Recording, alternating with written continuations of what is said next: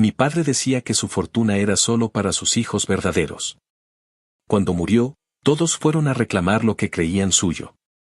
Cuando el notario leyó su testamento, todo estaba a mi nombre. Nadie habló. Solo sonreí porque la bastarda se había quedado con todo. Mi historia empieza mucho antes del puto testamento y mucho antes de que todos se sentaran con sus caritas de domingo a escuchar a un señor con traje leer en voz alta lo que siempre juraron que les pertenecía. Empieza con mi mamá llegando de madrugada con olor a grasa de cocina y café recalentado, dejando su bolso barato en la mesa y mirándome como se mira a lo único que vale la pena cuando todo lo demás es un desastre. Empieza con mi papá, ese hombre que encantaba a todo el mundo con su risa de barbacoa y sus promesas infladas. Diciéndole a medio mundo que su dinero era solo para sus hijos verdaderos y negando que yo también venía de su sangre. Ese cabrón repetía esa frase como un rezo torcido, y cada vez que lo hacía, yo me hacía un poco más dura por dentro, como si fuera piedra que se calcifica con los años. No crecí en la calle, tampoco en la miseria más asquerosa, pero sí en ese borde donde cada factura duele. Donde el alquiler se paga con el corazón en la boca y donde un resbalón te deja viendo las luces del techo preguntándote por qué carajos la vida le hace descuento a unos y te cobra el doble a ti. Mi mamá no se quejaba, decía que el mundo está lleno de gente que llora y nadie viene a secarte la cara, así que mejor límpiate sola y ponte a chambear. Cuando yo era una cría, ella limpiaba pisos en un restaurante que abría antes del amanecer, y por las tardes hacía cajas en un almacén donde el aire olía a cartón húmedo. Si tenía un día libre, era porque le habían reducido horas, y eso nunca era buena noticia. Yo aprendí a no pedir cosas caras, a no llorar por tenis que brillaban en los pies de otros, a inventarme regalos de cumpleaños con papel viejo y a reírme fuerte para que la risa ahogara el ruido de las cosas que faltaban. De mi papá yo aprendí otra cosa, a reconocer la mentira cuando viene bien peinada. Él me veía a escondidas, nunca más de un rato corto, como si yo fuera un paquete que no se entrega en su casa para que no lo vea la esposa. Recuerdo una tarde en la que me llevó por una paleta y se puso a hablar del clima como si hablar del cielo fuera más fácil que mirarme a los ojos. Me dijo que yo estaba creciendo y que tenía que portarme bien, y que no anduviera diciendo por ahí que él era mi papá, porque la gente es mala, porque no entenderían, porque él tenía que proteger a su familia. Yo me quedé callada, pero por dentro me iba encendiendo, como si alguien hubiera prendido una cerilla en una caja de fósforos que llevaba años seca. A la salida de esa tienda, me dio un billete doblado en 4 y dijo que era para mis útiles. Yo pensé que los útiles que yo necesitaba eran distintos, un poco de verdad, un abrazo sin prisa, un perdón que sonara de veras. Me fui con mi mamá y no hablé del billete, porque en mi casa no podíamos darnos el lujo de pelear con el dinero, aunque oliera a vergüenza. No crean que nunca metí ruido. Hubo una vez, siendo ya adolescente, que lo enfrenté. No fue una escena de película, no hubo gritos que tumbaran ventanas, solo esa discusión seca que corta como papel. Le dije que yo no había pedido nacer, que si le quedaba grande la palabra papá no se la hubiera puesto. Él bajó la mirada y murmuró que la vida es complicada, que yo era fuerte, que mi mamá era una gran mujer, y que algún día todo iba a acomodarse. Yo pensé, claro, algún día, cuando a ti te convenga. Volví a casa caminando con un nudo rabioso en la garganta y con esa sensación de que te jalaron la silla justo cuando ibas a sentarte. Esa noche no dormí, escuché las sirenas perdidas de la ciudad y me prometí algo que no sabía cómo cumplir todavía, no me iban a hacer chiquita nunca más. Con los años la distancia se fue volviendo costumbre. Yo trabajé donde había trabajo, limpié mesas, organicé cajas, aprendí a distinguir a los jefes decentes de los tiranos de pasillo. Hubo inviernos en que mi mamá y yo dormimos con calcetines para engañar al frío porque la calefacción parecía respirar con asma. Hubo veranos en que la humedad pegaba la camiseta a la espalda mientras contábamos monedas para el mercado de la semana. Y en medio de todo, ese hombre seguía viviendo su vida de familia perfecta, fotos en reuniones, vacaciones en la playa con camisetas a juego, regalos envueltos con moño y esa frase repetida como sello. Su fortuna era para sus hijos verdaderos. A mí me tocaba, de vez en cuando, una tarjeta barata con su letra apretada deseándome felices fiestas, y a veces un mensaje culero de alguno de sus hijos oficiales condescendiendo. Como si yo fuera una mascota callejera a la que se le tira un hueso. No le deseo la muerte a nadie, pero cuando me dijeron que a mi papá le falló el corazón, lo único que sentí fue un silencio grande, de esos que hacen eco. Me llamó un pariente que casi nunca marcaba y habló con esa voz tiesa de malas noticias, dijo que lo iban a velar y que esperaba que yo tuviera la decencia de presentarme bien vestida, como si eso fuera lo esencial. Colgué y me quedé mirando la pared, pensando en todas las veces que imaginé su final de maneras dramáticas y tontas, y al final la realidad fue simple, un cuerpo cansado, una familia confundida. Un vacío que no me pertenecía. Le dije a mi mamá y nos abrazamos sin decir mucho. Ella no habló mal de él, nunca lo hizo, tenía esa dignidad brava de mujer a la que ya no le rompen las palabras de los hombres. El funeral fue un desfile de caras con gesto ensayado.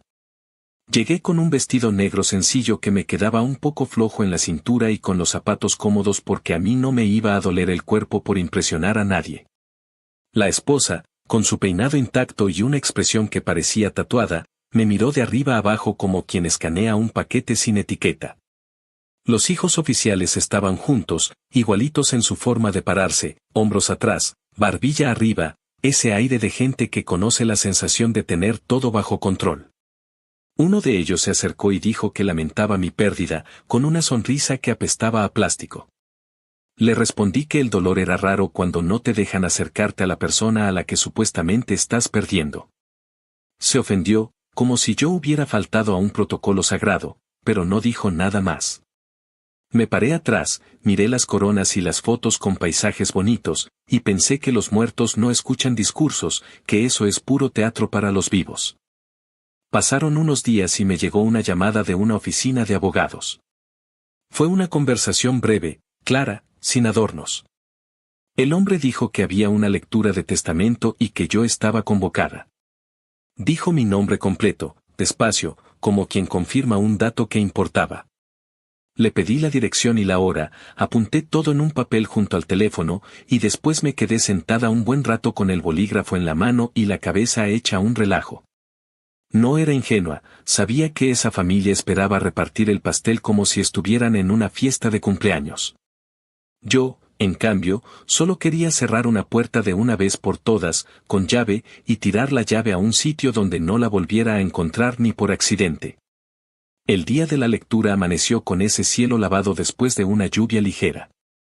Me vestí sin prisa, con jeans oscuros y una camiseta negra sin marcas, el cabello recogido en una cola alta, la cara limpia. No estaba buscando aprobación de nadie, iba a lo que iba. Llegué a la oficina y el aire olía a café viejo y a papel caro, esa combinación que se te mete a la nariz y te recuerda que hay gente que vive firmando papeles que cambian vidas. La recepcionista me mostró una sala con una mesa alargada y sillas con respaldo alto. Ellos ya estaban ahí, bien puestos, perfumados, con esas miradas que se tiran cuchillos sin mover la cara. La esposa tenía un pañuelo blanco perfecto, sin una arruga, los hijos llevaban reloj, camisa planchada, ese look de catálogo de quienes están acostumbrados a ver su apellido en puertas que se abren solas. Me senté al extremo, con el respaldo derecho y las manos sobre las piernas, sentí el pulso en los dedos y pensé que había esperado toda mi vida este maldito momento. El abogado entró con una carpeta gruesa, saludó con educación seca, se acomodó las gafas y dijo que iba a comenzar. Yo respiré hondo, no para calmarme, sino para llenarme de aire como quien se prepara para meterse bajo el agua. Antes de que abriera la carpeta, la esposa lanzó esa última bala de gente que cree que manda, dijo que esperaba que todo se hiciera como debía, que su marido siempre fue un hombre de familia. El abogado asintió sin compromiso, como una piedra que no se deja mover por un charco.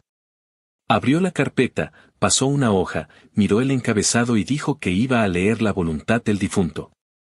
Y ahí, justo ahí, antes de que salieran las primeras palabras, entendí que estaba por voltearse una historia que me habían contado desde que tengo memoria. Me enderecé un poco más y clavé la vista en ese papel, sabiendo que, por una vez, no iba a pedir permiso para existir. Si el mundo se iba a quemar, por fin el incendio iba a llevar mi nombre. Actualización 1. 2 semanas después de aquella mañana en la sala del abogado, cuando las palabras se quedaron flotando como humo espeso y la familia legítima apretó la mandíbula para no hacer un berrinche ahí mismo. Me desperté con el zumbido del teléfono pegado a la mesa de noche y la sensación de que la ciudad olía a asfalto mojado aunque no hubiera llovido.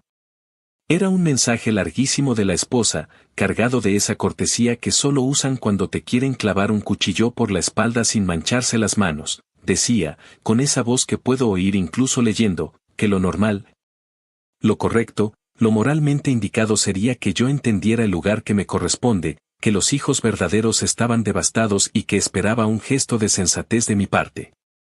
Me reí en voz baja, con ese tipo de risa que no sale por la boca sino por el estómago, y dejé el teléfono boca abajo para ir por café. Porque una va por la vida poniendo las cosas en orden empezando por lo que calienta la sangre de manera noble.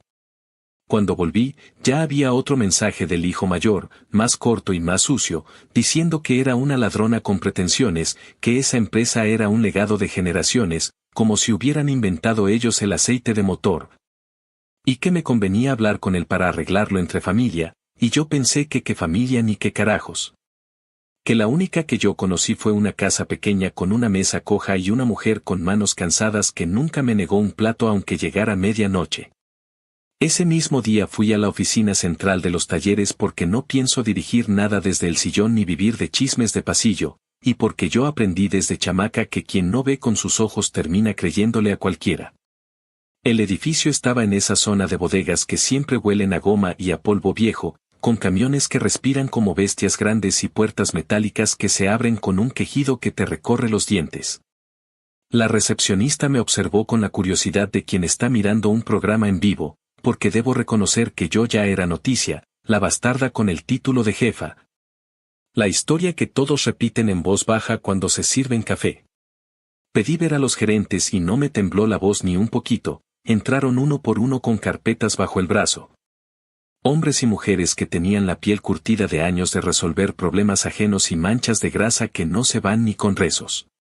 Les dije que estaba ahí para aprender y para poner reglas claras, que nadie iba a perder su chamba por mi llegada. Que no pensaba llegar como reina de desfile a señalar con el dedo sin saber dónde están las llaves de la bodega ni cuánto cuesta una caja de pintura. Vi que más de uno aflojó el gesto, como si hubieran estado resistiendo una tormenta y de pronto alguien les dijera que habrá techo para todos, y me di cuenta de que lo primero que necesitaban de mí era menos chisme y más presencia.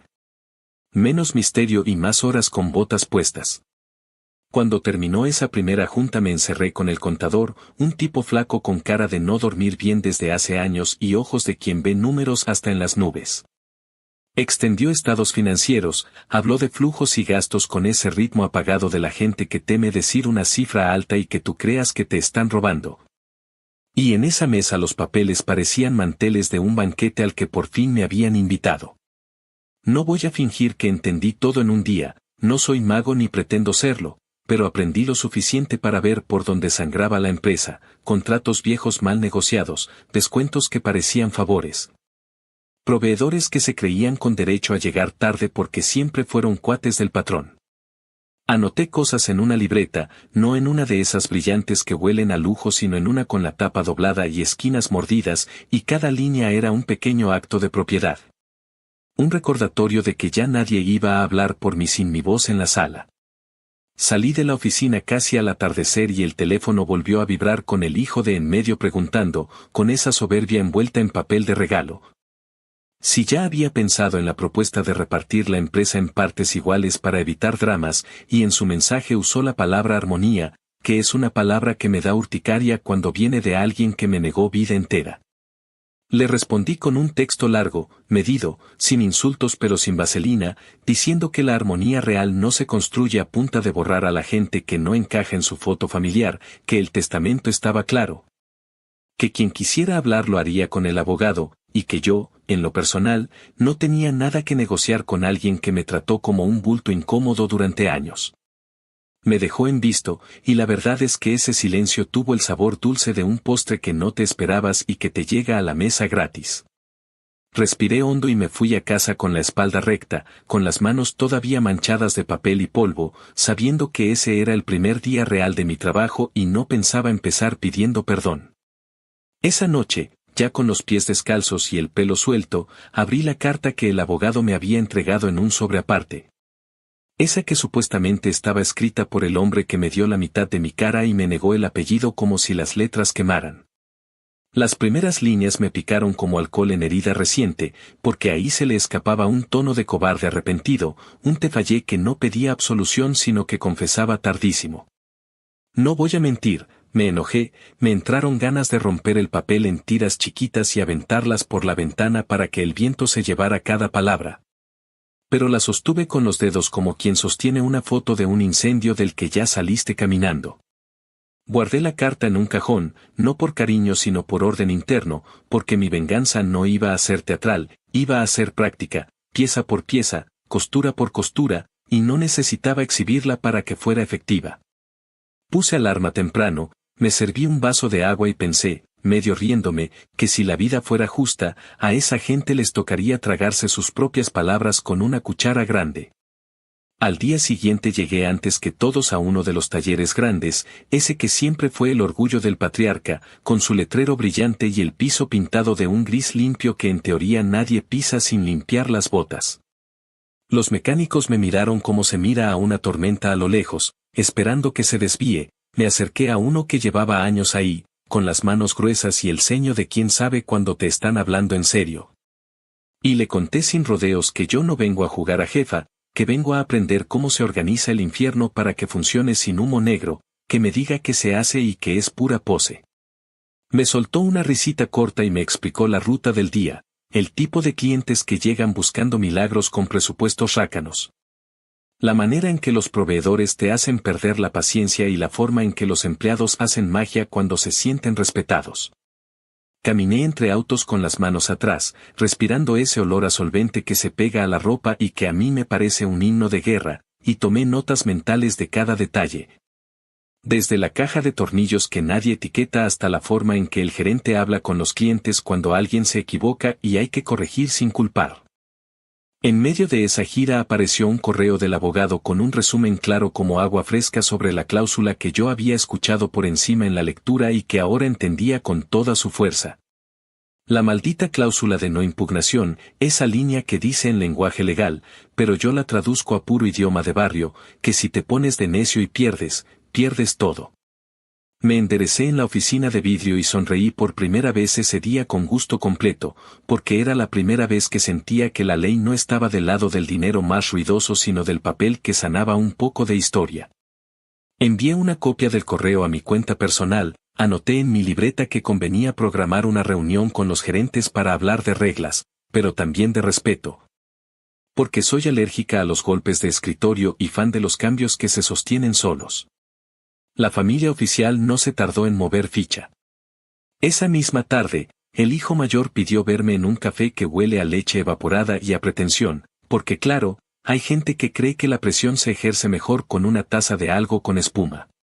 Me senté frente a él y lo vi repasar su guión, como un vendedor que trae la sonrisa enlatada y la oferta de cierre en el bolsillo. Dijo, sin que se le moviera un pelo, que lo mejor sería que yo me quedara con una parte decente, que ellos se harían cargo del resto, que así no habría prensa, que nadie quedaría como el malo, que al final todos somos familia. Me ardió el pecho, no de miedo sino de ganas de decirle a la cara lo que siempre he pensado, y lo hice con tanta calma que hasta me sorprendí. Le expliqué que familia no es un papel firmado con cenas de domingo y fotos de Navidad, que la única familia que a mí me sostuvo aprendió a doblar sábanas y a partir cuentas. Que si quería hablar de justicia fuera al juzgado y que aquí, en esta mesa, lo único que había era alguien intentando minimizarme para que él no tuviera que mirarse al espejo.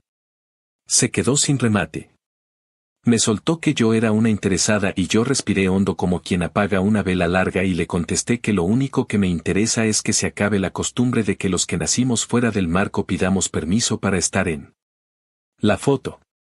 Cuando salí del café tuve la sensación clara de que acababa de cerrar la puerta sin dejar los dedos del otro lado, y eso, para alguien que pasó años aprendiendo a no estorbar, es un acto enorme. Volví al taller, me ensucié las manos ayudando a mover cajas, bromeé con el equipo sobre el calor que se mete hasta en los casilleros y confirmé algo que sabía desde antes de firmar nada. El respeto no se compra con cheques grandes ni con apellidos largos, se gana trabajando a la vista y cumpliendo lo que se promete. Antes de irme, me quedé sola un minuto en la oficina de la gerencia mirando por el vidrio a los hombres y mujeres que seguían con su día. Y pensé que la mejor venganza que podía construir no era un berrinche en redes ni una guerra de comunicados, era una empresa que funcionara como un reloj que ya no se atrasa porque alguien decidió darle cuerda con cariño. Esa noche, cuando por fin cerré la puerta de mi departamento y dejé caer la mochila en el piso, el teléfono vibró una vez más con un correo de la esposa enumerando, con esa voz de contadora del cielo, todas las razones por las que yo debía tener compasión, y me pedía, como si fuera un acto santo, que considerara a sus hijos, que no los dejara sin lo que les corresponde. Que recordara que al final yo también soy madre en potencia y que la vida da vueltas. Apagué la pantalla, me hice una cena simple, me senté a la mesa de madera con una copa barata que llené con lo que tenía en la nevera, y me prometí, con el corazón latiendo parejo, que la compasión se la iba a dedicar a quien siempre la necesitó y jamás la recibió de ellos, a mí yo de niña, a mi mamá con las manos cansadas. A la gente que se parte la espalda para que los autos de los otros se vean como nuevos, a los que nadie invita a la lectura de nada y sin ellos no se mueve un tornillo. Cerré los ojos un segundo, escuché el ruido lejano de la ciudad, y supe, sin necesidad de proclamas, que esa fue mi primera decisión de dueña, la que no necesita aplausos porque se sostiene sola. No voy a repartir lo que por fin me toca para que otros sigan cómodos, voy a construir algo que deje de oler a vergüenza, aunque me llamen lo que quieran y aunque me tiren mierda desde la vereda de enfrente. Actualización 2. 3 meses después, cuando el polvo inicial dejó de flotar y ya no me despertaba cada madrugada esperando el siguiente mensaje pasivo-agresivo, llegó el golpe que todos sabíamos que venía. La maldita notificación de la demanda. No me agarró en bata ni con la guardia abajo, me encontró un lunes de esos que huelen a café recalentado y a oficina con aire muy frío. Un señor con cara de estar cansado de tocar puertas me preguntó mi nombre completo, lo dijo en voz clara como si fuera una ceremonia, y me puso en la mano un paquete de papeles con esa formalidad que no deja espacio a dudas. Cerré la puerta, respiré hondo, conté hasta lo que pude, y llamé al abogado sin rodeos.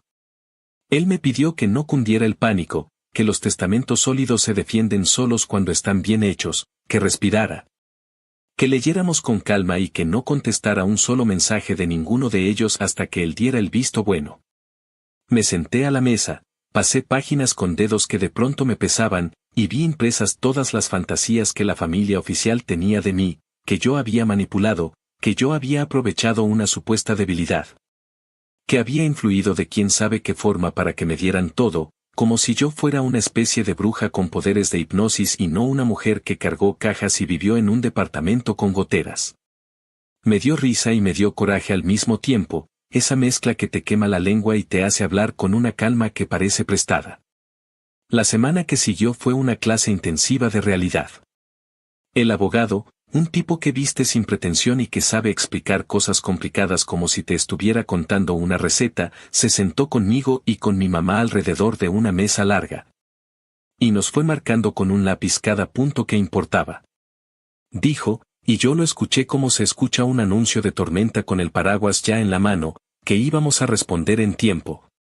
Que íbamos a adjuntar el video de mi papá firmando y diciendo en voz firme que era su voluntad que yo me quedara como heredera única, que íbamos a presentar los testigos que estuvieron en esa firma sin teatrillos. Y que íbamos a sostener la cláusula que a mí me gustaba llamar la cláusula de no te pongas pendejo, esa que le daba dientes al papel. Me pidió además que siguiera yendo a los talleres, que el peor error sería dejar que la demanda me sacara de mi trabajo y me convirtiera en un fantasma de oficina. Me hizo prometerle que no iba a publicar nada en redes, que no iba a dar entrevistas ni caer en trampas de gente que se alimenta del escándalo. Se lo prometí fácil porque yo no necesito cámaras para sentir que estoy viva, me basta con el olor a solvente y el sonido del gato hidráulico cuando sube despacio un auto. Por supuesto, del otro lado no se quedaron quietos. Empezaron a circular chismes con la soltura de quienes han tenido siempre un micrófono invisible en la mano. Me mandaron mensajes que no respondí, me etiquetaron en publicaciones con esa hipocresía de sonrisa limpia que a mí me produce alergia. Y se regaron historias de sobremesa donde yo aparecía como una cazafortunas con guión de película barata. Uno de los primos lejanos me buscó con esa camaradería falsa que se inventa cuando huele dinero. Me dijo que la familia es la familia y que en el fondo lo mejor era evitar la vergüenza pública y negociar un acuerdo que hiciera felices a todos. Le respondí con el mismo tono con el que se le habla a un niño que quiere helado antes de la cena: no, gracias, no me interesa, no vine a repartir dulces para que no lloren. Vine a sostener lo que por fin es mío y a limpiar una historia que apesta. Bloqueé números, silencié conversaciones.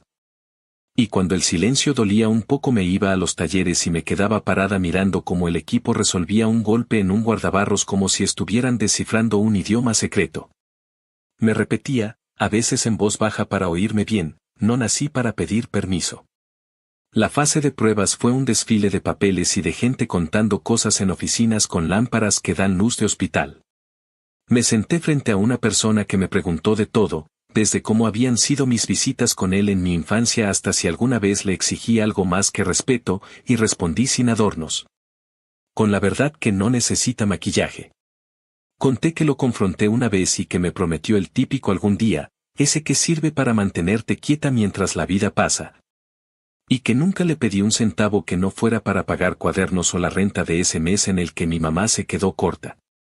A mitad de esa sesión me trajeron el video, y no sé si fue el sonido de su voz o la manera en que dijo mi nombre, pero me cayó el golpe de realidad con un sabor raro: ese hombre, con su espalda ya no tan recta pero con la mirada limpia por primera vez en mi vida, decía frente a todos los santos de la ley que lo que dejaba lo dejaba para mí. Que no quería que nadie discutiera después sobre quién era su hija, que su voluntad era que yo me quedara a cargo. No lloré ahí. Me tragué el llanto como quien se traga una pastilla sin agua, pero al salir al pasillo me apoyé un segundo en la pared fría y dejé que el aire me golpeara la cara para no marearme. Guardé esa imagen en la memoria como se guarda una carta debajo de la camiseta, pegadita a la piel para que no se pierda. Entre citatorio y citatorio, llegó la joya de la corona del absurdo, una invitación a una mediación donde, según ellos, íbamos a encontrar puntos de encuentro.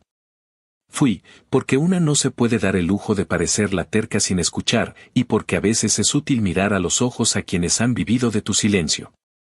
La sala olía a galletas de paquete y a café de máquina, la típica trampa de hospitalidad barata para suavizar el colmillo.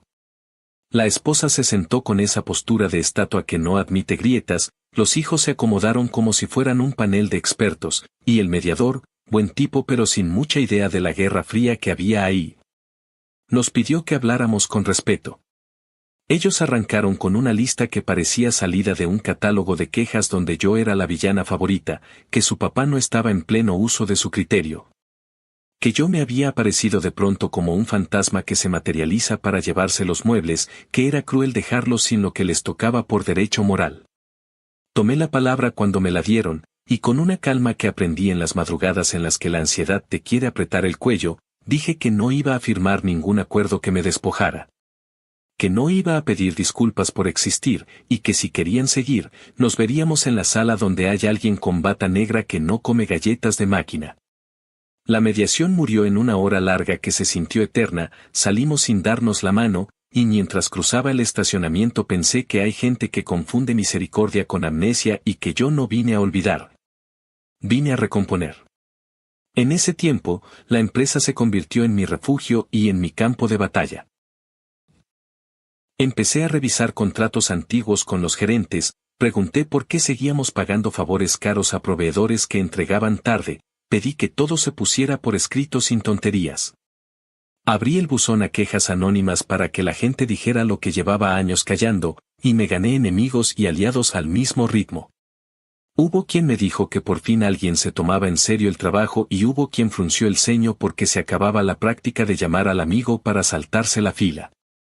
Aprendí que mandar no es gritar ni humillar, es sostener, es poner límites con la voz firme y la mano abierta para que el que quiere trabajar bien tenga suelo donde pisar. Me dolían los pies al final del día, me ardían los ojos de tanto papel, pero por primera vez en mucho tiempo, el cansancio no me sabía a derrota, me sabía a construcción. La audiencia llegó en una mañana limpia de cielo claro que parecía casi cruel de tan bonita para un día de pelea. Me puse una ropa sin extravagancias, zapatos que aguantaran horas, el cabello recogido y esa cara que aprendí a poner cuando no me conviene que se me lea la emoción. La sala era más pequeña de lo que me imaginaba, con bancos duros y ese silencio que obliga a la gente a respirar por la nariz. El juez, con el cansancio de quien ha escuchado demasiadas mentiras disfrazadas de verdades familiares, pidió que fuéramos al grano. El abogado de ellos desplegó su teatrillo, habló de valores, de tradición, de legados que no pueden romperse por un capricho, y yo pensé que se había confundido de escenario y que eso era un templo y no un tribunal. Mi abogado habló menos, puso el video, presentó las firmas, llamó a los testigos, y todo sonó tan sereno que hasta me incomodó un poco, como si no le diera la dignidad de la rabia a todo lo que yo había vivido. Pero entendí que la dignidad real en ese cuarto era la calma de los hechos, no la furia de mi historia. Cuando el juez habló, el tiempo se volvió una cuerda que alguien estiró sin piedad. Dijo que el documento era válido, que estaba claro, que no había muestras de manipulación, que el difunto había hablado con la cabeza en su sitio, y que las especulaciones de la parte contraria eran eso. Humo que huele fuerte pero no alimenta. Agregó, con esa voz plana que no pide permiso, que impugnar sin base tiene consecuencias, y que las cláusulas que asustan no están para adorno. Vi las caras de ellos cambiar como si alguien les hubiera bajado el dime de golpe, y me dieron ganas de voltear a ver al público, aunque no había público, solo la realidad cruda, se acabó el circo por ahora. No celebré dentro, no me levanté a aplaudir, no hice nada que me sacaran en una nota como la maldita arpía triunfante. Guardé mis papeles, asentí a mi abogado, y salí con pasos medidos, como quien sabe que un buen final también necesita compostura. La calle me recibió con el ruido de siempre, el sol pegando a media fuerza, los autos pasando con prisa ajena a las guerras personales, y el olor a comida de carrito que a mí me da una paz extraña. En la esquina me esperaba mi mamá con una bolsa de pan envuelta en una servilleta, me miró como quien escucha un diagnóstico que temió por años y me preguntó sin hacer teatro cómo me sentía. Le dije que cansada pero en paz, que el mundo no había cambiado de color pero que por lo menos ya no me estaban empujando hacia la orilla. Fuimos a un lugar sencillo, pedimos comida sin pretensión, y brindamos con refresco porque la celebración auténtica no necesita copas finas. Ella me dijo que estaba orgullosa, yo le dije que sin ella no habría tenido el coraje, y nos quedamos calladas un minuto largo, mirando a la gente que entraba y salía con sus preocupaciones pequeñas y sus alegrías simples. Recordándonos que la vida sigue haciendo lo suyo aunque tú estés peleando un título de dueña. En los días siguientes, se notó la resaca del golpe en el otro bando. Dejaron de escribirme por un rato, como si estuvieran lamiéndose las heridas o planeando la próxima jugada, y yo aproveché ese descanso para avanzar lo que sí depende de mí. Me senté con el equipo de recursos humanos, revisé sueldos con una lupa de la que no me pienso despegar. Y abrí la puerta a un plan de aprendices pagados que venía rondándome la cabeza desde la primera vez que pisé el piso de taller como dueña. No hice anuncios rimbombantes ni puse mi nombre en carteles, empecé con formularios claros, un sistema de evaluación decente. Y una lista de escuelas técnicas a las que quería visitar con una presentación que no fuera un infomercial de madrugada. Si la venganza iba a tener sabor, sería el sabor de la oportunidad puesta donde antes había puertas cerradas a cal y canto. Con Emily, la hija de en medio que tenía una mirada que a veces parecía pedir disculpas por existir en el bando contrario, hubo un mensaje corto y honesto. Me dijo que entendía el fallo, que quería creer que era lo mejor, que no iba a justificar a su mamá ni a sus hermanos, y que si algún día yo necesitaba algo de ella, sería trabajo, no favores. Le respondí que el único favor que podía pedirle era que no se dejara arrastrar por la marea, que si quería hablar lo hiciéramos lejos de la casa donde todo huele a rencor recalentado. Y le propuse un café sin la sombra de nadie encima para la semana siguiente. No sé a dónde iremos con eso, pero al menos por una vez sentí que la palabra familia no era una soga sino una puerta entreabierta. Cerré esta etapa con una rutina que me salvó la cordura, los fines de semana tempranito en el taller grande, sin comitiva, caminando entre autos con el gerente de turno contándome lo que salió mal y lo que salió bien. Escuchando a los mecánicos hablar de fútbol, de hijos que aprenden a andar en bicicleta, de cuentas que por fin alcanzan, y recordando que ahí, justamente ahí, es donde se dibuja la vida que quiero. Si alguna vez soñé con una venganza que hiciera ruido, me equivoqué de sueño. La más dulce suena a motores ajustados, a nóminas pagadas puntuales, a gente diciendo gracias con la mirada cuando se siente tratada como persona. Me duermo cada noche con el cansancio pegado a los hombros pero con la tranquilidad sin precio de quien dejó de pedir permiso, y aunque sé que la guerra con nosotros no ha terminado, también sé que ahora juego en mi cancha. Con mis reglas, sin bajar la cabeza. Y eso, carajo, vale más que cualquier discurso lacrimógeno que intentaron empujarme por la garganta. Actualización 3. 6 meses después de la lectura, cuando el nombre en los papeles dejaba de sentirse como disfraz y empezaba a pesar como una piel que sí me pertenece. Tomé la decisión que había estado masticando desde que abrí la oficina del taller grande por primera vez como dueña, vender la camioneta vieja que mi papá trataba como reliquia de altar. No era una joya de museo, pero tenía esa aura ridícula de tótem familiar. La misma que el hijo mayor se colgaba del cuello cada que quería presumir que entendía de motores porque había ido de copiloto en paseos de fin de semana. Organicé la subasta con una casa modesta, sin luces de neón ni promesas infladas, pedí una tasación honesta y, sobre todo, me aseguré de que fuera pública y transparente. Para que no quedara espacio a la leyenda de que la saqué por la puerta de atrás a precio de saldos.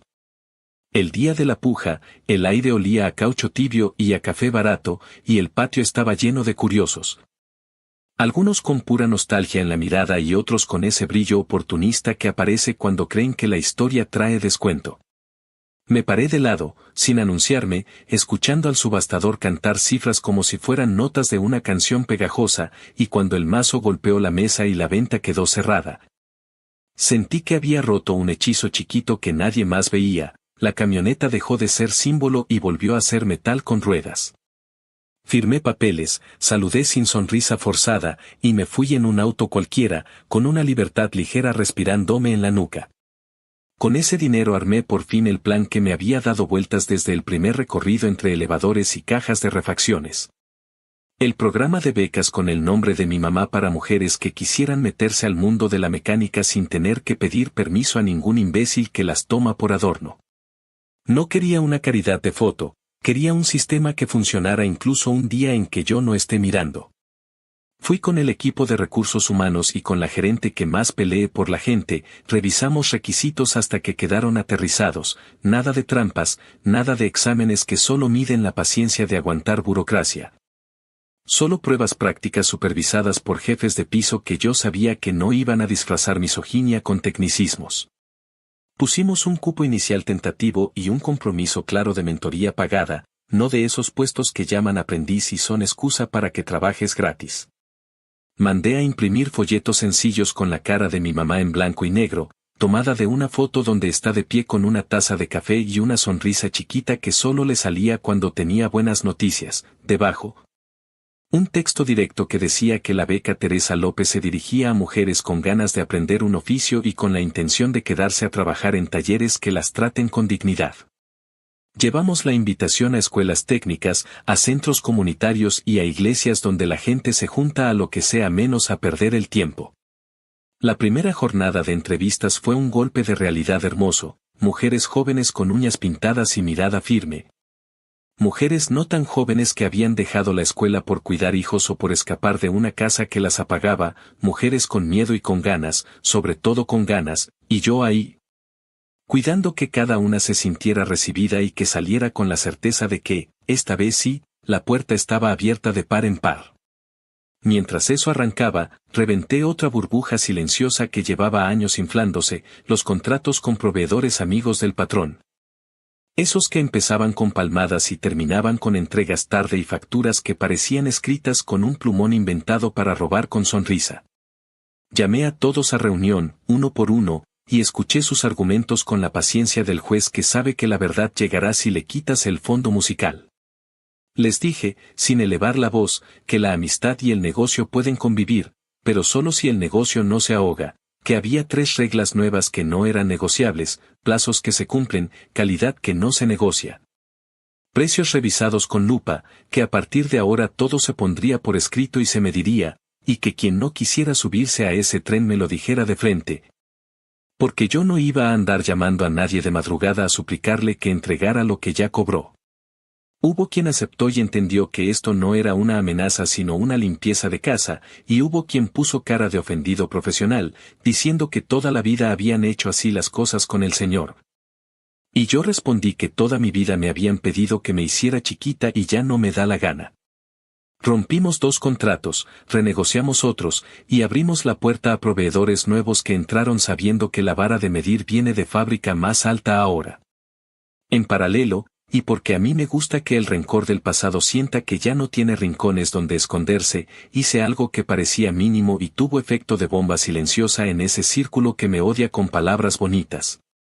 Cambié el rótulo de la fachada y la papelería legal para que se leyera mi nombre completo, sin apellido prestado, sin maquillar ninguna letra para parecer lo que no soy.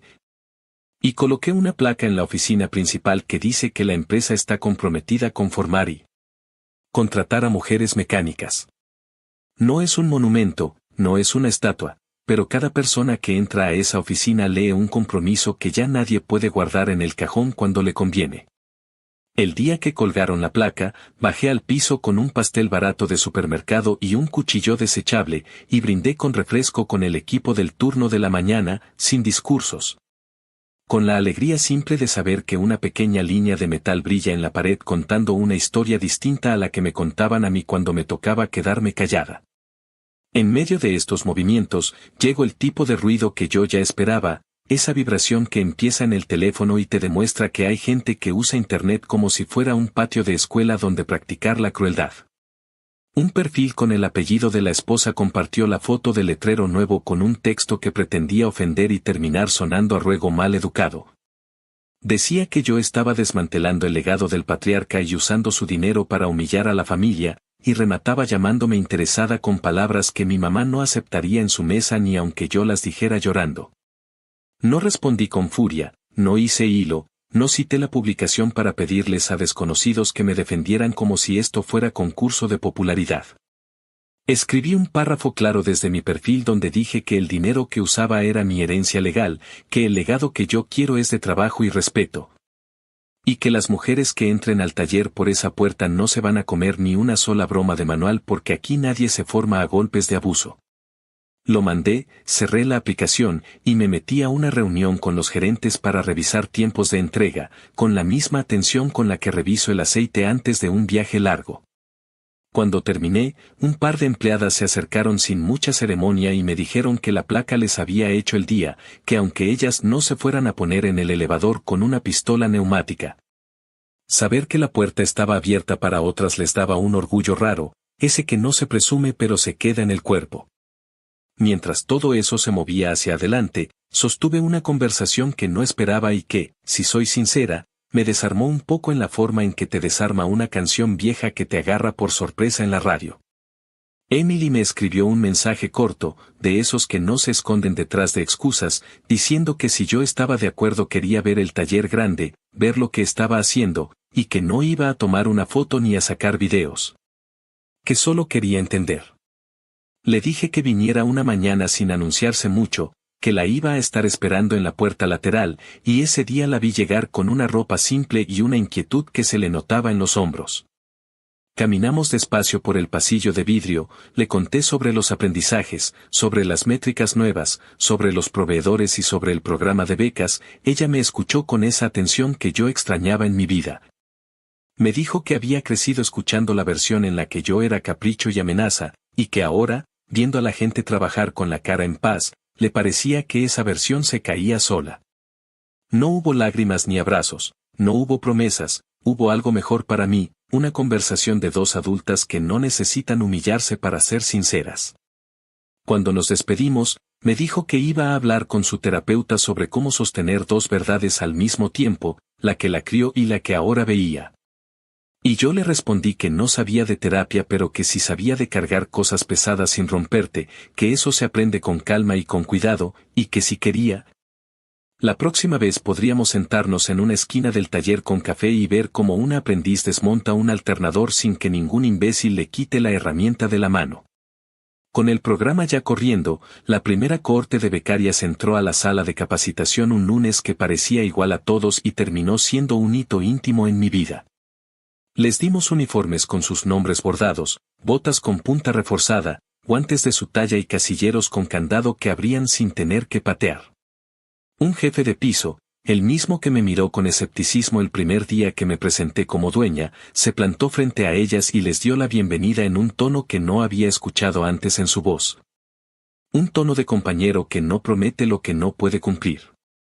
Me senté atrás, tomando notas con la ansiedad feliz de quien abre una ventana grande por primera vez en una casa que siempre olió a encierro, y apunté detalles que parecen triviales pero construyen cultura. La manera en que los veteranos ofrecían tips sin presumir, la rapidez con la que se establecieron reglas claras de seguridad, el ritmo en que las nuevas se miraban entre sí y se pasaban herramientas sin miedo a parecer torpes. A la hora del almuerzo, me acerqué a su mesa y me presenté con mi nombre como si no supieran quién soy. Les conté que mi mamá aprendió a arreglar cosas con cinta adhesiva y paciencia cuando la vida le exigió ingenio. Y que yo esperaba que ellas aprendieran a arreglar cosas con herramientas y respeto porque ahora al menos una parte del mundo estaba dispuesta a pagarles por hacerlo. No todo fue poesía, por supuesto, a la par, tuve que cortar de raíz un par de comentarios de pasillo que olían a esa masculinidad insegura que confunde identidad con permiso para ser patán.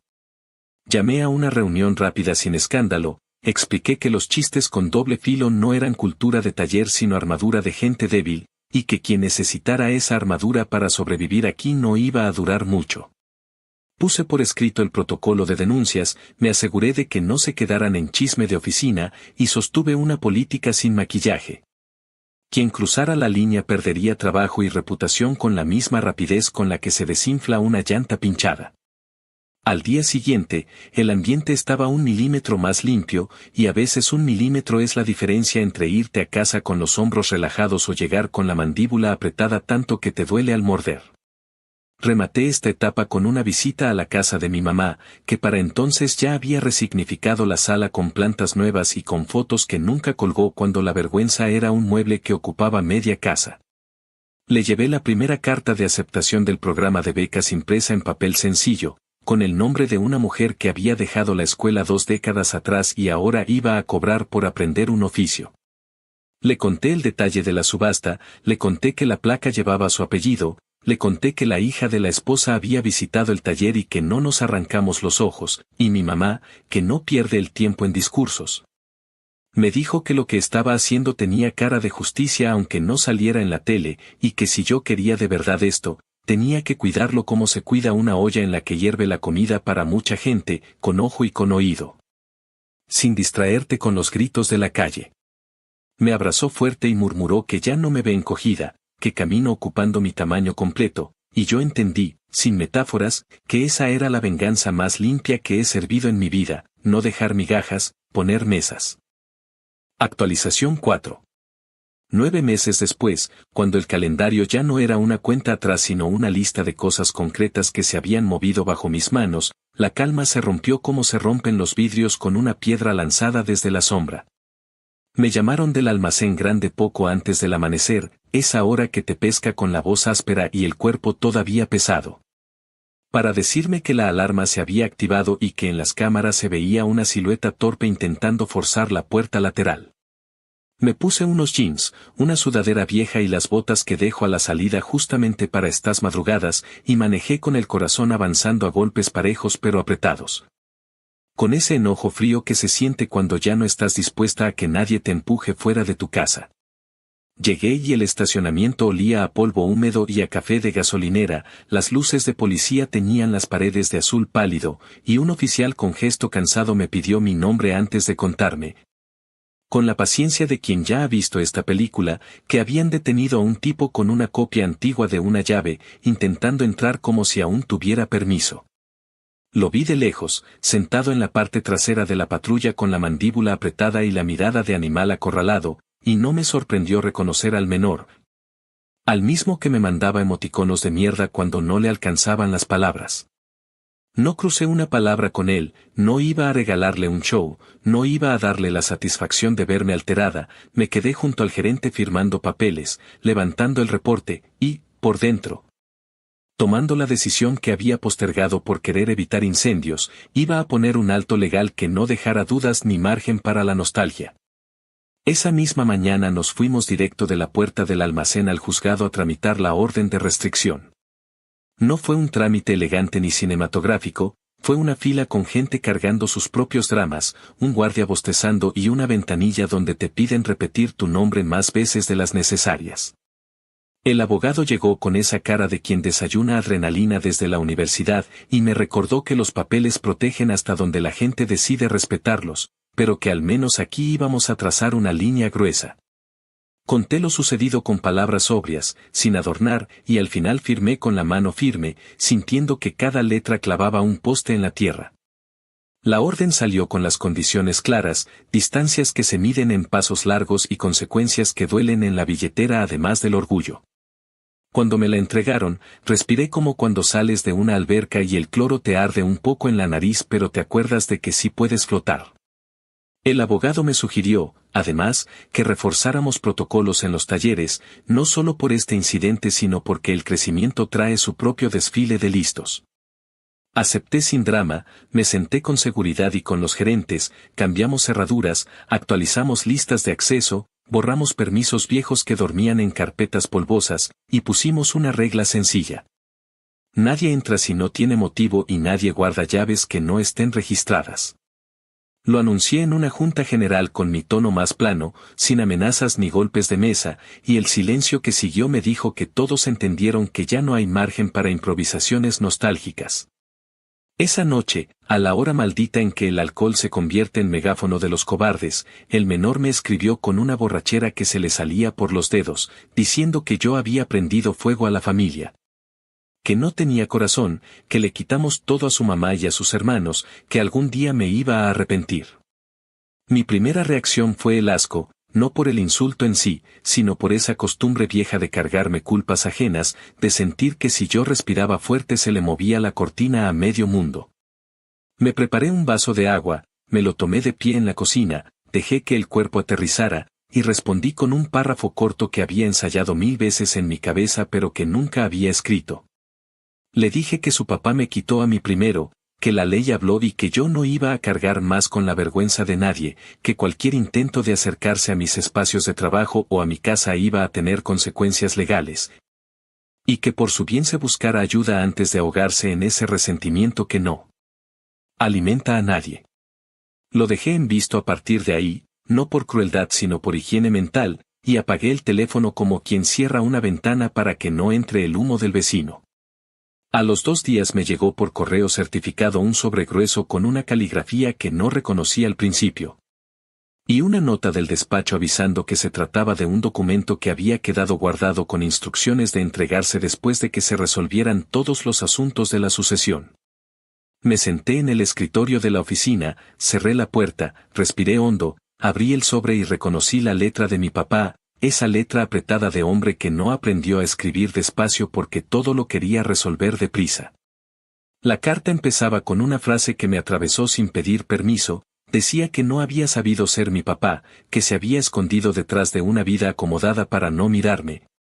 Que si existía una forma de reparar apenas una esquina del daño, esperaba que esto fuera un intento.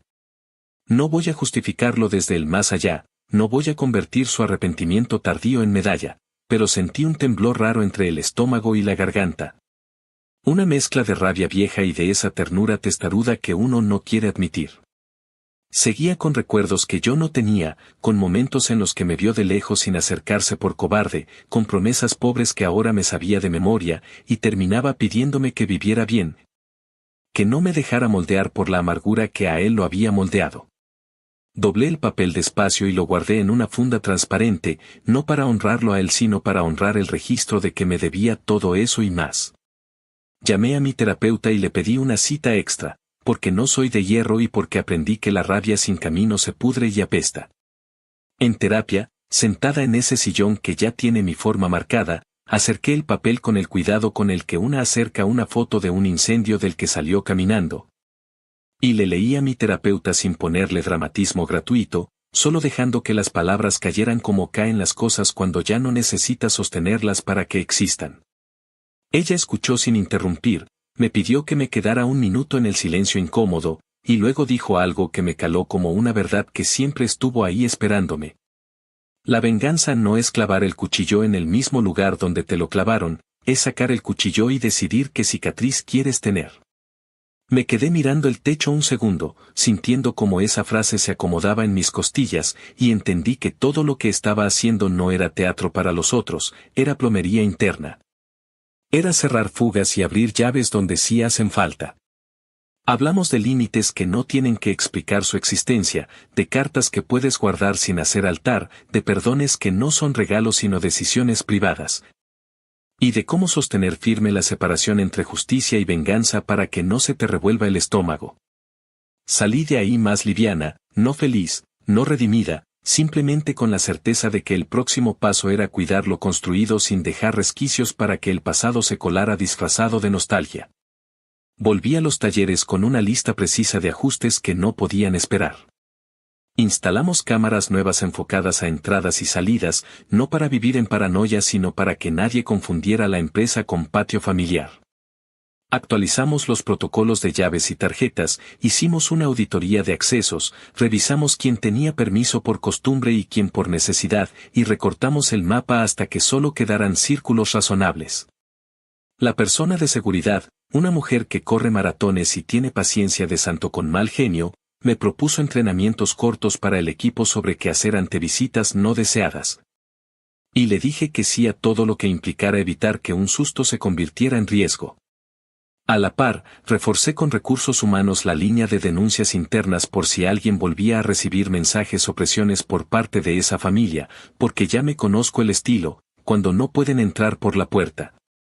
Intentan meterse por la gente que consideran eslabones débiles. No tengo joyas de sabiduría corporativa, solo una insistencia terca en que la seguridad también es salario emocional, un piso firme que te permite trabajar sin andar mirando por encima del hombro. Mientras cerrábamos esas fugas, recibí un correo de Emily pidiendo disculpas por el acto idiota de su hermano, sin excusas, sin promesas que no podía cumplir en nombre de nadie. Solo una línea clara que decía que veía el patrón y que no pensaba ser cómplice. Le respondí con gratitud sobria y con la invitación que ya traíamos a medias para sentarnos a hablar en una mesa donde solo hubiera café y nosotros dos. No convertí eso en bandera, no soy tan ingenua como para pensar que una conversación sana borra años de desorden, pero lo tomé como lo que es. Un hilo de humanidad en una telaraña que siempre fue política y poder antes que familia. Mi mamá, cuando le conté lo de la carta y lo del arresto, se sentó a mi lado con una taza de té y me dijo con esa voz que a mí me endereza la espalda sin gritos. Que el rencor bien cuidado sirve para que no vuelvas a poner la mano donde te la mordieron, pero que si lo riegas diario te envenena lo que sí estás cultivando.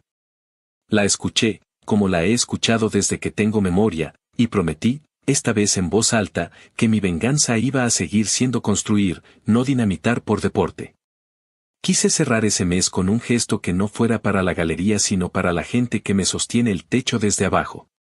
Organicé una comida sencilla al mediodía en el taller grande, tacos sobre papel encerado, salsas en botes de plástico, música bajita en una bocina vieja, y un discurso que no fue discurso.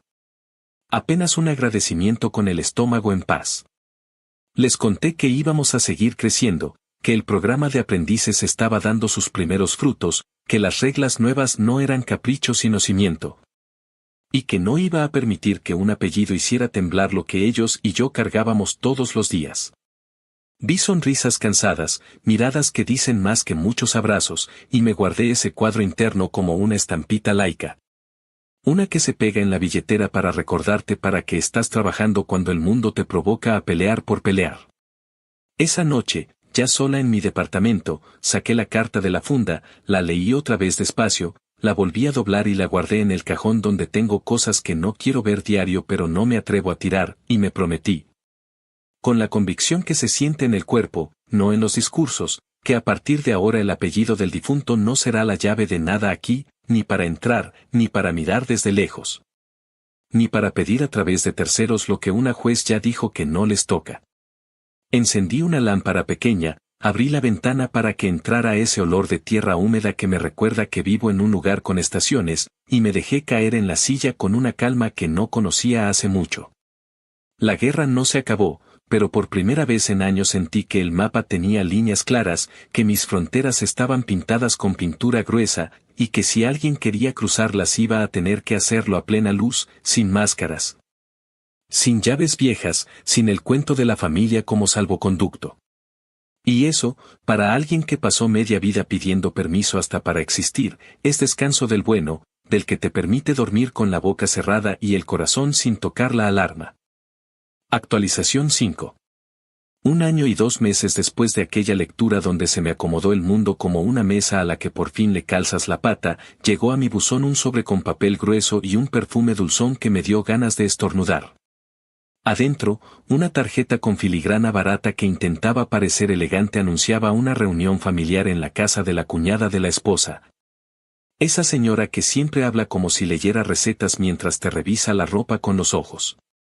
La invitación venía con esa prosa pasivo-agresiva que ya me conozco, decía que el propósito era sanar, que el duelo requiere gestos. Que la sangre manda y que confiaban en mi buena voluntad para encontrar un camino de concordia. Lo leí entero con el ceño calmado y lo dejé sobre la mesa como quien deja caer una factura que no piensa pagar. Me hice un café y vi por la ventana cómo los vecinos sacaban las bolsas de basura con la misma seriedad de siempre, recordándome que el mundo no se detiene. Para mis telenovelas. Pude haber ignorado el llamado, pude haber mandado una carta de abogado con 2 líneas frías, pero había algo que me pedía ir, no a negociar ni a pedir disculpas que no debo, sino a cerrar puertas en persona. Mirando a los ojos, para que no quedaran fantasmas reclamando que nunca quise hablar. La casa estaba en un suburbio de esos que se copian unos a otros, céspedes cortados a la misma altura, guirnaldas de temporada colgando de puertas idénticas y autos grandes alineados como si esperaran instrucción de desfile. Aparqué en la calle, apagué el motor, respiré hondo y me miré un segundo en el espejo retrovisor, no para ver si me veía bonita, sino para recordar quién entraba, la mujer que ya no pide permiso, la que firma nóminas. La que puso el nombre de su mamá en una placa sin pedir bendición. Toqué el timbre y escuché los pasos apurados del otro lado, esa coreografía de anfitriones que llevan horas acomodando cosas que nadie va a notar. Me abrió la cuñada con una sonrisa rígida y un olor a vela de vainilla que me golpeó la nariz, me dijo con esa entonación que usan en misa que qué gusto que vinieras, pasa, estás en tu casa. Y a mí me dieron ganas de contestar que mi casa tiene olor a solvente y a café fuerte, no a vainilla triste, pero me guardé el comentario y caminé al salón, que estaba empacado de fotos, de cojines con frases motivacionales y de muebles que intentan ser más caros de lo que son. Los 3 hijos estaban alineados en un sofá como un panel de comentaristas, la esposa sentada en la cabecera de la mesa con un pañuelo claro en la mano como si fuera la dueña del dolor mundial. Y un par de parientes que no recuerdo bien se movían en la cocina organizando platos de comida que presumiblemente trajo cada quien, la típica mesa larga de ensalada con demasiada mayonesa. Pasta fría con trocitos de algo que no se identifica y pastel con cobertura gruesa que promete caries. Me ofrecieron limonada y la acepté por no empezar con un no, tomé asiento en una silla lateral y esperé el discurso, porque estas reuniones siempre traen discurso como las bodas traen arroz. Habló la esposa primero, con esa voz seca que solo se humedece cuando le conviene, dijo que el propósito era hablar como adultos, que habían pasado cosas muy dolorosas y que los niños, y sí, dijo niños refiriéndose a su prole que ya paga impuestos, habían sufrido mucho, que ella confiaba en mi humanidad para encontrar una solución que no dejara a nadie a la intemperie. Yo dejé que sus palabras flotaran y cayeran. No me apuré a responder, aprendí en este año y pico que el silencio propio puede ser un martillo más educado. El hijo mayor tomó el relevo con esa espalda inflada y esa costumbre de explicar el mundo como si los demás tuviéramos menos cerebro, dijo que entendía la legalidad, que no venía a cuestionar a los tribunales. Que su preocupación era moral, que la empresa lleva el apellido, que el legado, que la tradición, que los clientes de toda la vida preguntan por ellos y no por mí. Que sería un gesto noble de mi parte volver a poner las cosas en su sitio repartiendo propiedades, porcentajes de la empresa.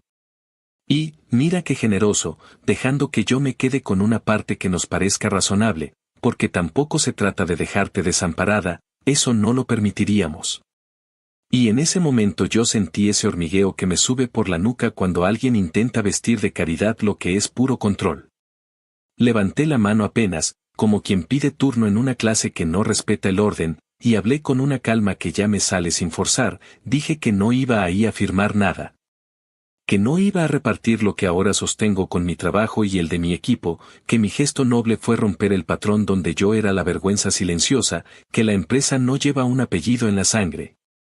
Lleva el sudor de la gente que llega a tiempo y entrega bien, que los clientes preguntan por el servicio, no por la foto de la sala, y que si ellos quieren paz, la forma más rápida es dejar de pelear con fantasmas y empezar a vivir con lo que sí tienen, que no es poco si se bajan del caballo de la herencia. Me miró con una mezcla de rabia y desconcierto, como si no entendiera que el guión no le estaba funcionando, abrió la boca, la cerró, y entonces el menor golpeó la mesa con la palma y dijo que yo era una cabrona sin corazón. Que su papá nunca quiso esto, que se lo habían hecho decir, que yo le había robado todo, y ahí puse la voz firme, sin gritar. Y le dije que si daba un paso más hacia mí iba a llamar a la policía y además lo iba a demandar por incumplir la orden de mantenerse lejos, que no. Me temblaba la mano, que se sentara y respirara. Se sentó, claro que se sentó, y por primera vez en mucho tiempo sentí que mi espalda ocupaba toda su altura sin que nadie la empujara hacia abajo. Emily pidió hablar y la dejé, porque ella no se ganó mi cariño pero sí mi respeto mínimo por no jugar a la estatua ofendida. Dijo que entendía que yo no iba a cambiar de idea, que en realidad no venía a pedir dinero. Que quería, si era posible, que dejáramos de vernos solo en escenarios de guerra, que yo tuviera con ella la misma disposición que tuve en el taller cuando me enseñó su curiosidad sin cámaras. Le respondí que atendería sus mensajes cuando no vinieran en sobre con aroma a vainilla ni con copias a media familia, que si quería sentarse a hablar lo haríamos en un café abierto, con luz de mediodía y sin intérpretes. Que de los demás yo no puedo hacer mucho, no leo corazones ni convierto a nadie. La esposa intentó recomponer la escena con un seamos racionales que a mí me suena siempre a haz lo que te pido, y yo sentí que era momento de cerrar el capítulo, así que me paré despacio. Dejé la limonada sobre un posavasos que decía bendiciones del hogar y dije que no había nada que firmar, que no me escribieran para insistir en acuerdos ni me buscaran a la salida de mi trabajo. Que cualquier comunicación sobre temas legales pasara por los abogados y que, en lo personal, les deseaba que encontraran una forma de vivir que no dependiera de ganarme a mí. No esperé respuesta, no quería quedarme a ver si aplaudían o si tiraban la vajilla, caminé hacia la puerta con esa calma que aprendí a cultivar como se cultiva un jardín en tierra que antes fue baldío. Y en el porche respiré el aire caliente del vecindario con olor a césped recién cortado y promesas huecas. Me alcanzó el mayor en la entrada, con pasos grandes y esa respiración de toro contenido que te quieren usar de amenaza, dijo que si yo buscaba guerra la iba a tener, que no sabía con quién me estaba metiendo. Que él tenía amigos en todas partes, lo miré como se mira a un adolescente que cree que inventó la rebeldía y le contesté sin sonreír que yo no buscaba guerra, que la herencia no es guerra. Que mi límite está pintado con una brocha gruesa y que lo que sí sabía era con quien no me estaba metiendo, con nadie que valiera mi miedo, que me quitara el sueño o me hiciera volver a ese rincón de niña escondida. Le recordé, con esa cortesía que también corta, que una orden de restricción con su apellido ya descansaba en un archivo oficial y que no tenía ganas de sumar más papel a esa pila. Y entonces se hizo a un lado como si de pronto hubiera recordado que afuera no hay público pagado para aplaudir su valentía. Subí al auto, encendí el motor, puse la mano en el volante y me quedé un segundo mirando el espejo retrovisor, lo suficiente para ver la casa tragarse de nuevo su olor a vainilla y su mobiliario correcto. Y conduje despacio fuera de ese laberinto de calles con nombres de flores que en realidad no crecen ahí. El regreso fue una línea recta con mis pensamientos ordenándose solos, y la primera llamada, como ya es costumbre, fue a mi mamá, le conté sin adornos, con la cronología de quien hace inventario, que fui, que me senté, que dije lo que tenía que decir, que me levanté sin llorar ni gritar, que nadie me tocó, que nadie me sacó de mis casillas, que me fui con los pies en su sitio. Mi mamá hizo ese sonido cortito que no es risa ni suspiro y que yo reconozco como su sello de aprobación discreta, dijo que ya era hora de que me creyeran cuando digo no, y me preguntó si tenía ganas de cenar algo caliente. Le dije que sí y pasé por su casa con pan y con queso, y comimos en su mesa pequeña con la tele encendida sin volumen, en paz, con ese tipo de silencio que no pesa, que descansa. Me dijo una de esas frases suyas que parecen sacadas de un libro culto y en realidad nacen de la calle, dijo que hay puertas que no se cierran con portazos sino con llaves que ya no se fabrican. Y que si alguien quiere entrar tendrá que tocar y esperar, y si no le abres, seguir su camino. Nos reímos bajito, recogimos los platos, y yo me fui a dormir con la espalda tibia, no porque el mundo fuera perfecto, sino porque mi mundo ya tenía bordes definidos. Los días siguientes fueron más productivos que brillantes, que es mi manera favorita de avanzar. Aproveché la inercia de ese cierre para aterrizar dos cosas que venía puliendo con el equipo y que necesitaban mi mente despejada. La primera fue formalizar un programa interno que bautizamos sin florituras como entrada justa, que consiste en publicar cada vacante con requisitos claros, salarios desde el principio y un compromiso de respuesta en tiempos que no humillan, porque estoy harta de ese deporte corporativo de hacer esperar a la gente como si pedir trabajo fuera pedir limosna. Revisamos descripciones, quitamos esa basura de pedir experiencia eterna para sueldos miserables, y pusimos por escrito que los ascensos se abren a concurso con evaluación ciega en la primera etapa, para que el apellido y el compadrazgo no se cuelen por rendijas viejas. La segunda fue sentarme con contabilidad a cerrar una fuga que parecía pequeña y era un coladero, ese pacto tácito de pagar viáticos eternos sin comprobante porque siempre se ha hecho así, no más, dije. Y se quedó escrito en el manual que ya no se paga a palmaditas, se paga con papel, y sobre todo, con respeto a la empresa que nos da de comer a todos. Hubo quejas, claro, siempre hay quien confunde control con cariño, pero cuando vieron que el dinero que antes se evaporaba se convirtió en bonos por productividad repartidos con reglas. La música interna cambió medio tono y el ambiente respiró un poco más limpio. Con Emily mantuvimos lo que prometimos, un café sin intérpretes, en un lugar luminoso de mesas de madera clara y gente que mira sus laptops como si adentro estuviera el futuro. Ella llegó puntual, yo también. Y no perdimos tiempo en formalidades que no nos pertenecen. Me contó, con la voz bajita de quien no quiere victimizarse ni ponerse una capa de heroína, que en su casa la narrativa sigue siendo la misma. Que su madre habla del legado con los ojos nublados y que su hermano menor se ha convertido en una bola de resentimiento que rueda de cuarto en cuarto, que ella no puede arreglarlos, que tampoco quiere convertirse en mi mensajera. Que solo desea no repetir patrones y tal vez construir una relación adulta conmigo si yo la tolero. Le dije que tolerar no es la palabra, que la palabra es elegir, y que yo puedo elegir tomar café contigo de vez en cuando, hablar de tu trabajo, del mío, de libros o de pavadas. Sin que eso comprometa mi seguridad ni mi empresa ni mi paz. Le pedí una cosa que me salió con más firmeza de la que pensé que tendría, que no volviera a invitarme a reuniones con olor a vela de vainilla y que si un día quiere que conozca a alguien de su círculo, sea porque esa persona sabe mirarme en presente y no como nota al pie en su árbol genealógico. Se rió, una risa limpia que no le conocía, y dijo que eso lo puede cumplir. Para celebrarme a mi manera, que no implica grandes gestos, organicé en el taller grande una tarde de formación cruzada que veníamos planeando y que siempre se pospone por urgencias, ese mal de todos los oficios.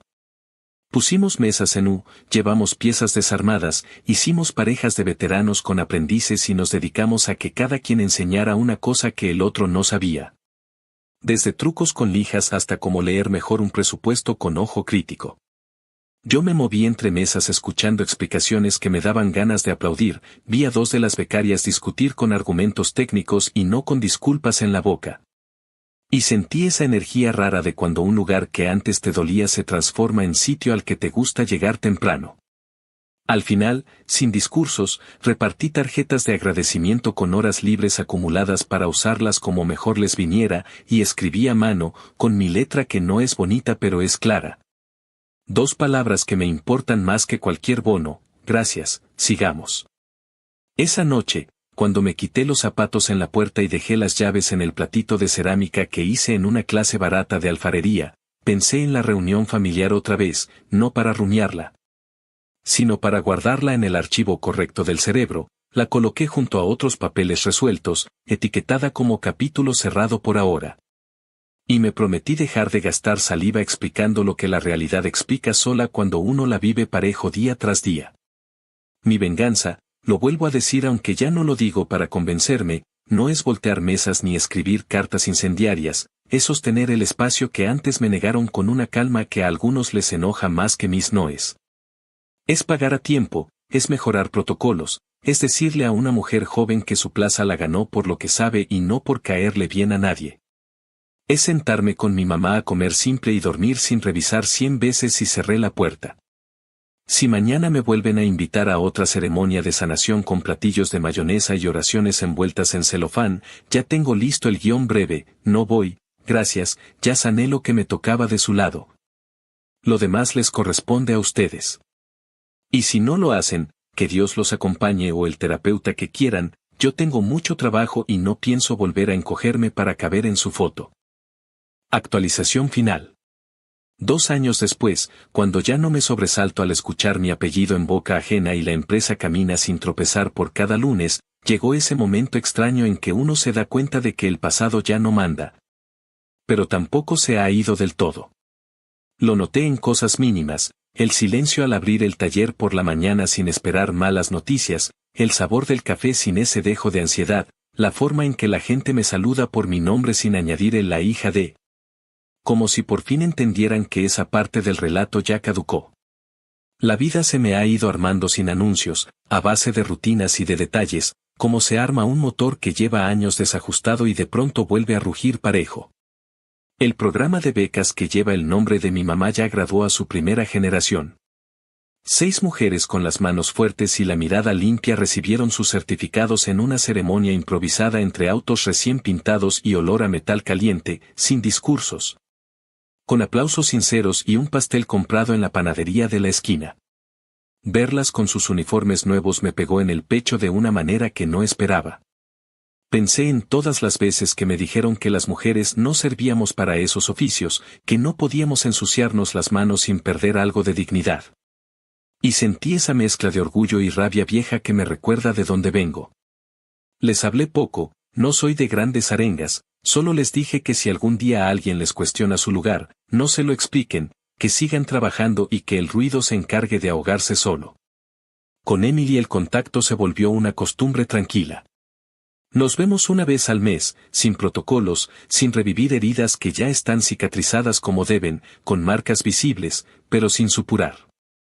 A veces me cuenta de su trabajo, de los cursos que está tomando para abrir su propio negocio de diseño, y otras solo hablamos de cosas que no importan a nadie, de series, de libros. De la gente que nos desespera en el supermercado. Nunca hablamos de su madre, ni de sus hermanos, ni del apellido, porque aprendimos a no invocar fantasmas. La última vez que nos vimos me dijo que iba a mudarse de ciudad, que necesitaba empezar de cero lejos del ruido heredado, y aunque me dio un nudo en la garganta, la animé sin dudar. Le dije que irse no es cobardía, que a veces es la única forma de no repetir la historia que uno detesta. Antes de irse pasó por el taller, me dejó una planta pequeña en una maceta con su nombre escrito en marcador y me pidió que la cuidara hasta que volviera de visita. La tengo en la ventana de la oficina, y cada vez que la riego pienso que quizá esa planta es lo más cercano que tendré nunca a una reconciliación verdadera, algo que crece sin pedir explicaciones. Mi mamá, por su parte, vive en una paz que antes no conocía. Dejó de mirar por la ventana esperando sobresconsellos o llamadas de números desconocidos, y ahora se ocupa de su jardín y de un grupo de mujeres mayores con las que organiza talleres de reparación casera. Dice que ya se cansó de ver cómo los hombres creen que arreglar una fuga o cambiar un enchufe es un talento divino, y que su venganza personal es enseñar a las mujeres de su edad a hacerlo solas. A veces paso por su casa y la encuentro rodeada de risas y destornilladores, con las manos llenas de pintura, y pienso que esa es la justicia más simple y más perfecta, el ruido alegre que reemplaza al miedo. Hablamos de cosas pequeñas, de la comida, del clima, de los vecinos, y muy de vez en cuando los 2 años parecen siglos, mencionamos al hombre que nos cambió la vida para bien y para mal. Lo hacemos sin odio, sin ternura exagerada, con ese tono neutro que solo llega cuando ya has aprendido a convivir con la ausencia. Me contó hace poco que fue al cementerio una sola vez, que dejó una flor seca y no volvió, y que con eso bastaba. Yo no he ido, no me sale, y no me culpo, la memoria que necesito la tengo en papel y en voz, no en piedra. La empresa creció más de lo que pensé posible.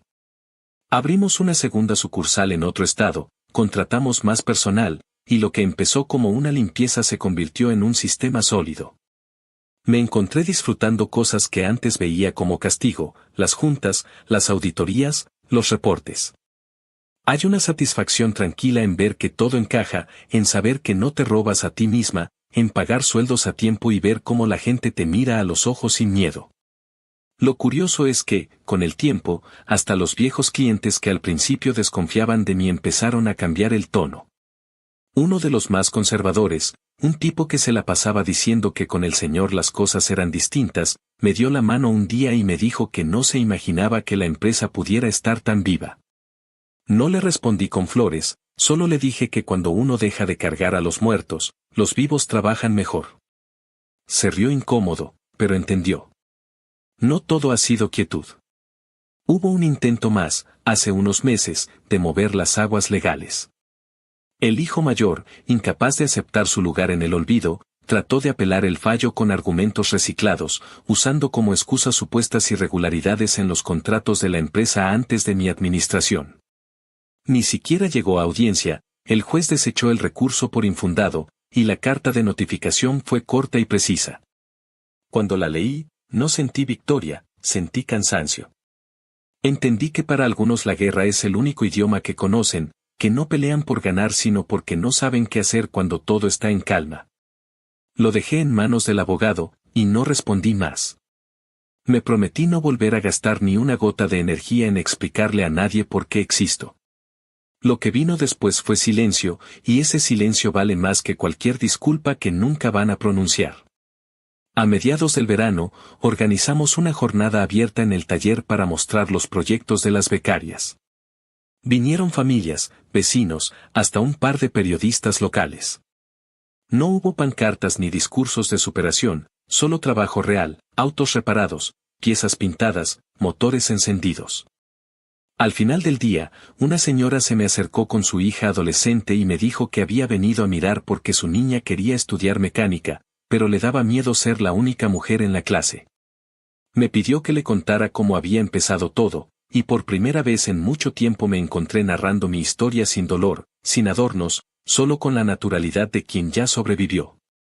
Le conté que no hay fórmulas, que lo único que hice fue no rendirme cuando el mundo me dijo que no podía, y que a veces la venganza más profunda no se nota en los gritos, sino en el ruido constante de un motor que no se apaga.